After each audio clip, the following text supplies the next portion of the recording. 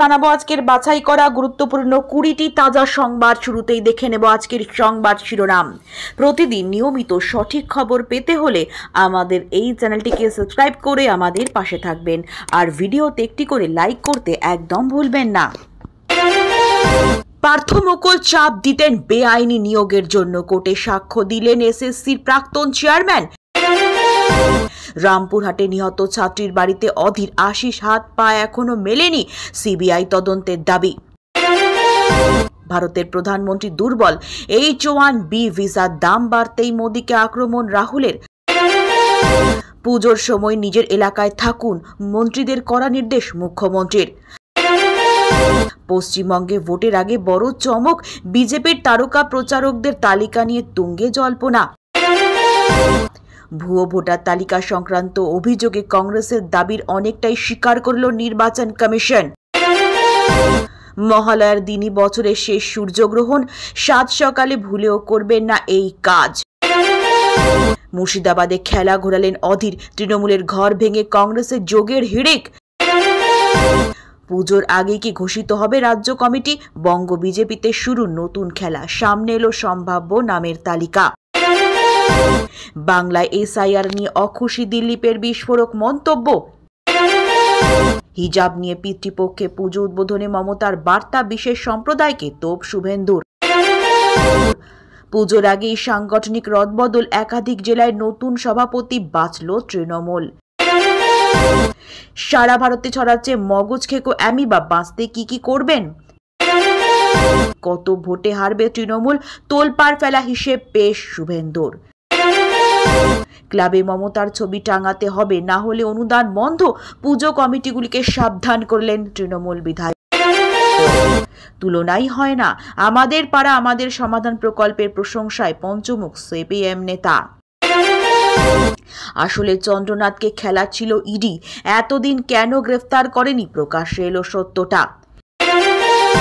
ইয়াসিন মালিককে নিয়ে শাহকে হঠাৎ চিঠি কেন? মেহবুবার চাঞ্চল্যকর দাবিতে তোলপাড় কাশ্মীর। মোদি যুগের পর কে? জ্যোতিষের নিরিখে প্রধানমন্ত্রী দৌড়ে এগিয়ে কে? 3 নেতা। এতক্ষণ শুনছিলেন সংবাদ শিরোনাম, এবার আসছি বিস্তারিত খবরে। ভারতের রাজনীতিতে নরেন্দ্র মোদীর যুগ এক ঐতিহাসিক অধ্যায়। 2014 সাল থেকে টানা 2 বার দেশের প্রধানমন্ত্রী হিসেবে দায়িত্ব পালন করেছেন মোদী। তবে রাজনীতির স্বাভাবিক নিয়মে প্রশ্ন উঠছে, মোদী পরবর্তী সময়ে কে দেশের নেতৃত্ব নেবেন? সম্প্রতি জ্যোতিষশাস্ত্রের বিশ্লেষণে 3 জন নেতার নাম উঠে এসেছে। এদের মধ্যে 2 জন বিজেপির শীর্ষ নেতা, যারা সংগঠন ও প্রশাসন দুদিকেই অভিজ্ঞ। অন্যজন বিরোধী শিবিরের প্রভাবশালী মুখ, যিনি সমগ্র দেশে গ্রহণযোগ্যতা তৈরি করতে সক্ষম। জ্যোতিষ মতে তাদের ভাগ্যে ইতিবাচক পরিবর্তনের সম্ভাবনা রয়েছে, যা ভবিষ্যতে সর্বোচ্চ পদে পৌঁছে দিতে পাবে। জ্যোতিষ মতে তাদের ভাগ্যে ইতিবাচক পরিবর্তনের সম্ভাবনা রয়েছে, যা ভবিষ্যতে সর্বোচ্চ পদে পৌঁছে দিতে পারে। রাজনৈতিক বিশ্লেষকরা বলছেন, 2029 সালে নির্বাচনের পরই মোদীর উত্তরসূরি স্পষ্ট হবে। বিজেপি যদি আবার সংখ্যাগরিষ্ঠতা পায়, তাহলে দলীয় স্তরে নেতৃত্ব বাছাই হবে।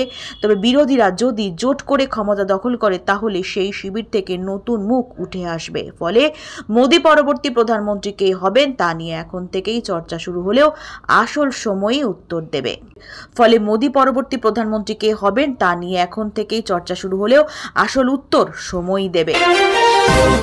পশ্চিমবঙ্গের রাজনীতিতে বিজেপি নেতা শুভেন্দু অধিকারী ফের বিস্ফোরক দাবি করেছেন। তার বক্তব্য, আগামী নির্বাচনে তৃণমূল কংগ্রেস বিপুল ব্যবধানে পরাজিত হবে। তিনি বলেন, রাজ্যের মানুষ কাটমানি দুর্নীতি, শিক্ষায় অনিয়ম, চাকরির দুর্নীতি এবং প্রশাসনিক অব্যবস্থাপনায় অতিষ্ঠ। তাই ভোটের মাধ্যমে মানুষ এবার তৃণমূলকে বিদায় জানাবে। শুভেন্দুর দাবি, বিজেপি এখন বাংলার মানুষের একমাত্র বিকল্প। তিনি দলের কর্মীদের উদ্দেশ্যে বলেন, মানুষ আমাদের সঙ্গে আছে, তাদের পাশে থেকে লড়াই চালিয়ে যেতে হবে। রাজনৈতিক মহলে শুভেন্দুর এই মন্তব্য নিয়ে তোলপাড় পড়ে গিয়েছে।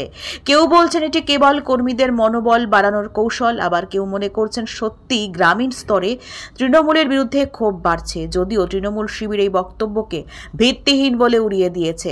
তারা দাবি করেছে, মানুষের আস্থা এখনো মমতা বন্দ্যোপাধ্যায় নেতৃত্বের ওপর অটুট। আগামী নির্বাচনে এর প্রমাণ মিলবেই। পুজোর আগে তৃণমূল কংগ্রেস একাধিক জেলায় সাংগঠনিক রদবদল করেছে। নতুন জেলা সভাপতি নিয়োগের মাধ্যমে দল জানিয়ে দিল তারা আসন্ন ভোটের আগে সংগঠনকে আরও মজবুত করতে চাইছে। রাজনৈতিক বিশ্লেষকরা বলছেন এই পদক্ষেপে তৃণমূল দুই দিক সামলাতে চাইছে। একদিকে কর্মীদের ক্ষোভ প্রশমিত করা, অন্যদিকে তরুণ ও সক্রিয় নেতৃত্বকে সামনে আনা। বিশেষত যেখানে বিজেপি শক্তি বাড়াচ্ছে সেখানে তৃণমূল নতুন নেতৃত্বকে কাজে লাগাচ্ছে। নতুন সভাপতিরা স্থানীয় স্তরে জনসংযোগ বাড়াতে উদ্যোগ নেবেন। অভিজ্ঞদের সঙ্গে তরুণদের মিলিয়ে সংগঠনকে গতিশীল করা হচ্ছে। এতে স্পষ্ট যে তৃণমূল সাংগঠনিক স্তরে কোনো ঢিলেমি রাখতে চাইছে না। রাজনৈতিক মহল মনে করছে পুজোর সময় সাধারণ মানুষের সঙ্গে ঘনিষ্ঠ যোগাযোগ গড়ে তোলার কৌশল হিসেবেও এই পদক্ষেপ গুরুত্বপূর্ণ। ভোটের আগে দলীয় ভিতকে শক্ত করা ছাড়া জেতার আর কোনো উপায় নেই, সেটাই প্রমাণ করল তৃণমূল। পশ্চিমবঙ্গ সরকারের এসআইআর প্রকল্প নিয়ে বিজেপি নেতা দিলীপ ঘোষ বিস্ফোরক মন্তব্য করেছেন। তার দাবি, এই প্রকল্প আসলে সাধারণ মানুষের স্বার্থবিরোধী এবং উন্নয়নের নামে প্রতারণা। দিলীপ ঘোষ বলেন, তৃণমূল সরকার মানুষের প্রকৃত সমস্যা সমাধান না করে শুধুমাত্র কাগজে কলমে সাফল্যের গল্প দেখাচ্ছে। তিনি অভিযোগ করেন, এই প্রকল্পের মাধ্যমে সরকারি সম্পদ অপচয় হচ্ছে এবং মানুষ বাস্তবে কোনো সুবিধা পাচ্ছে না। তার এই বক্তব্য রাজনৈতিক মহলে নতুন আলোচনার জন্ম দিয়েছে।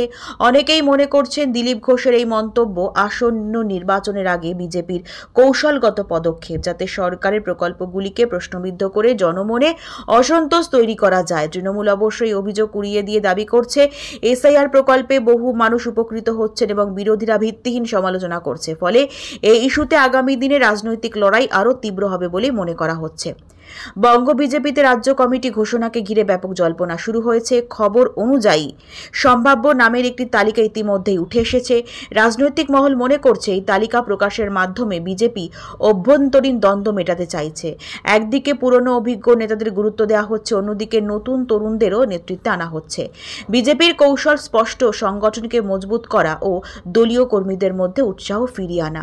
ভোটের আগে রাজ্য কমিটি ঘোষণার মাধ্যমে একটি স্পষ্ট বার্তাও দেওয়া হয়েছে। বিজেপি যে কোনো মুহূর্তে লড়াইয়ের জন্য প্রস্তুত, তবে সমালোচকরা বলছেন অভ্যন্তরীণ দ্বন্দ্ব মেটানো বিজেপির জন্য সহজ হবে না। অনেক জেলা ও শাখায় গোষ্ঠী দ্বন্দ্ব এখনো তীব্র। ফলে রাজ্য কমিটি ঘোষণার পরই বোঝা যাবে বিজেপি প্রকৃত অর্থে কতটা ঐক্যবদ্ধ হতে পারছে। মুর্শিদাবাদ জেলায় কংগ্রেস নেতা অধীর রঞ্জন চৌধুরী নতুন কৌশল নিয়েছেন। খবর অনুযায়ী তৃণমূলের একাধিক নেতাকে তিনি কংগ্রেসে টেনে আনতে সফল হয়েছেন। এর ফলে জেলায় কংগ্রেসের শক্তি বাড়ছে এবং তৃণমূল দুর্বল হচ্ছে।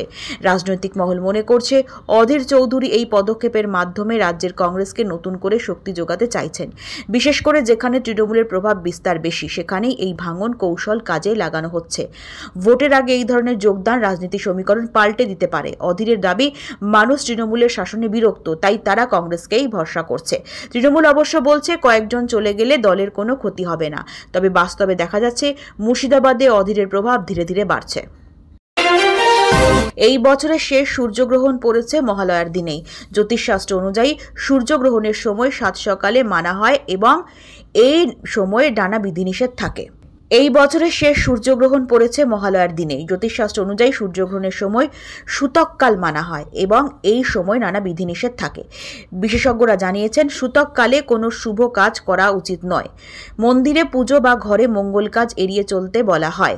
মহালয়া যেহেতু দেবীপক্ষের সূচনা, তাই এই দিনে সূর্যগ্রহণ পড়ায় অনেকেই কৌতূহলী হয়ে উঠেছেন। পঞ্জিকা অনুযায়ী গ্রহণ কয়েক ঘন্টা স্থায়ী হবে। পুজোর প্রস্তুতির মধ্যে সাধারণ মানুষকে সতর্ক থাকার পরামর্শ দেওয়া হয়েছে।